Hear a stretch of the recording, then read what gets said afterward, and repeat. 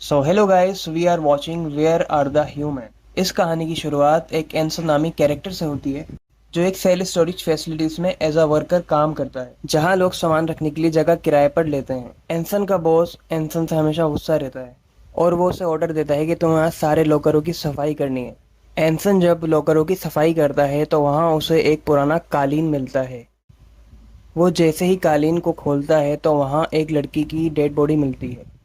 ये सब देखकर एंसन के होश उड़ जाते हैं और वो परेशान हो जाता है। अचानक वो लड़की आंखें खोलती। दूसरी जगह एंसन का बॉस उसे कांटेक्ट ना होने की सूरत में लॉकर रूम की तरफ चेक करने आता है और देखते ही देखते उसकी आवाज़ चली जाती है क्योंकि उसके फेस से उसके होंठ गायब हो जाते हैं। उसका शक एंसन पर ही आता है कि उसने ये सब कराया है और वो एफबीआई एजेंट के पास जाता है और उनको बताता है कि ये सब एंसन नहीं करा है, अब इसके खिलाफ इन्वेस्टिगेशन करें। और दूसरी तरफ एंसन अपने भाई के साथ घर पर होता है जिसके पैर एक्सीडेंट में ख़राब हो गए थे। अब यहाँ एंसन, उसका भाई और वो लड़की भी होती है जो कालीन से निकली थी। ये एक जीनी है जो कालीन से निकलने पर 3 विशेस पूरी करती है।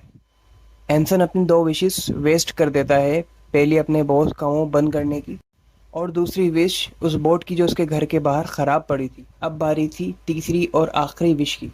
जीनी उसकी विश पूरी तो करती है लेकिन अधूरी, क्योंकि जब तक आप डिटेल में नहीं बताते वो अपने मुताबिक विश पूरी करती है। दूसरी तरफ एफबीआई एजेंट एंसन के घर के बाहर खड़ी बोट देखता है।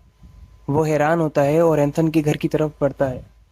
एंसन अपने भाई से कहता है कि पुलिस को घर के अंदर आने नहीं देना और वो बाहर से ही रवाना कर देते हैं। वो दोनों एजेंट बाहर से जीनी को देख लेते हैं। वो दोनों के पास वारंट ना होने की वजह से वो वापस चले जाते हैं। एंसन जीनी से कहता है कि मुझे गायब कर दो।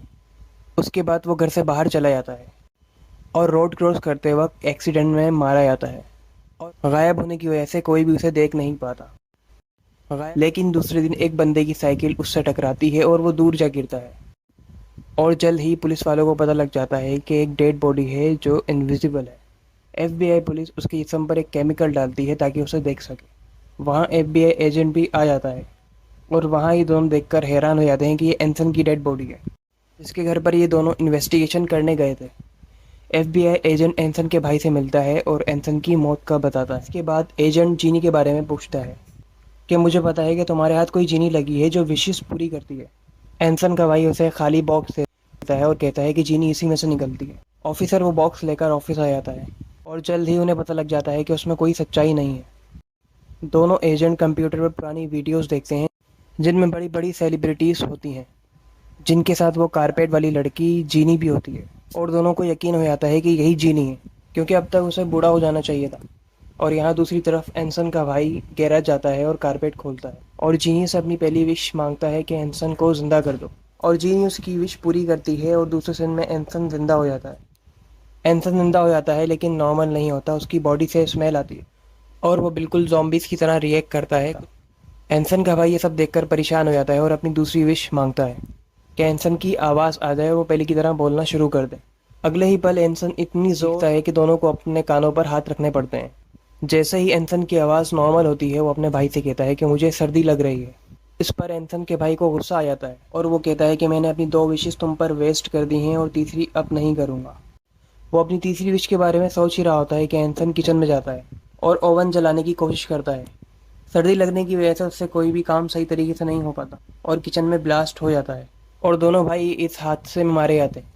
इंस्पेक्टर और उनकी कोलीग जब इन्वेस्टिगेशन करने के लिए उनके घर पर आते हैं तो उन्हें वो कारपेट मिल जाता है। कारपेट खोलते ही इंस्पेक्टर जीनी से सवालात शुरू कर देता है। जीनी उसे बताती है तकरीबन 5000 साल पहले उसे एक चिराग मिला था जिनमें से एक जिन निकला और उसने मुझे 3 विशेस पूरी करने को कहा, जिनमें से 2 विशेस मैंने बर्बाद कर दी और तीसरी विश में मैंने जीनी ऐसी पावर मांगी।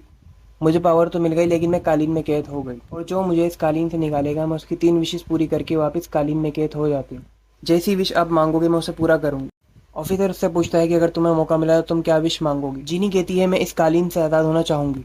ऑफिसर कहता है कि मेरी पहली विश ये है कि इस दुनिया में सुकून हो जाए, सब अपनी ज़िंदगी आराम से गुजार सकें। उसके बाद वो बाहर आके देखता है तो सब कुछ रुक जाता है और दुनिया से इंसान का नामो निशान मिट जाता है। वो समझ जाता है कि जीनी ने विश पूरी करने में फिर कोई मिस्टेक कर दी है। वो असल में दुनिया से बुराई का खात्मा करना चाहता है।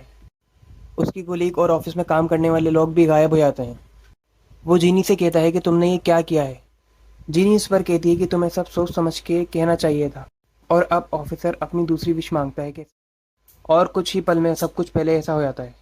वो अपनी तीसरी और आखिरी विश कंप्यूटर पर टाइप करता है ताकि जिनी से कोई मिस्टेक ना हो सके। ऑफिसर जिनी को समझाना चाहता है कि इस दुनिया में किसी को कोई मुश्किल ना हो, किसी को कोई मेहनत ना करनी पड़े, सब लोग अपनी ज़िंदगी में खुश रहें, दुनिया से बुराई का खात्मा हो जाए और ये दुनिया और इसके लोग पुरसकून हो जाएं।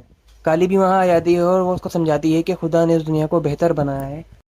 इस दुनिया को बिना मकसद नहीं बनाया। जब हम मेहनत करते हैं तो हमें खुशी मिलती है, और बिना मेहनत के हम आराम तो हासिल कर सकते हैं लेकिन खुशी हासिल नहीं कर सकते। ऑफिसर को उसकी बात समझ आ जाती है। दूसरे दिन में काली ऑफिसर से पूछती है कि तुमने अपनी आखिरी विश क्या मांगी। इस पर ऑफिसर मुस्कुराता है और कुछ नहीं कहता। और फिर जीनी को एक कॉफ़ी शॉप में दिखाया जाता है और जीनी बहुत ही खुश होती है। असल में ऑफिसर ने जीनी को कैद से आज़ाद करा दिया था, जिसकी वजह से जीनी कारपेट में कैद थी और अब जीनी और लोगों की तरह ज़िंदगी गुजार रही थी। और मुझे उम्मीद है आप लोगों को ये फ़िल्म पसंद आई होगी। मज़ीद इस तरह की वीडियोस देखने के लिए हमारा चैनल सब्सक्राइब करें और एंजॉय करें।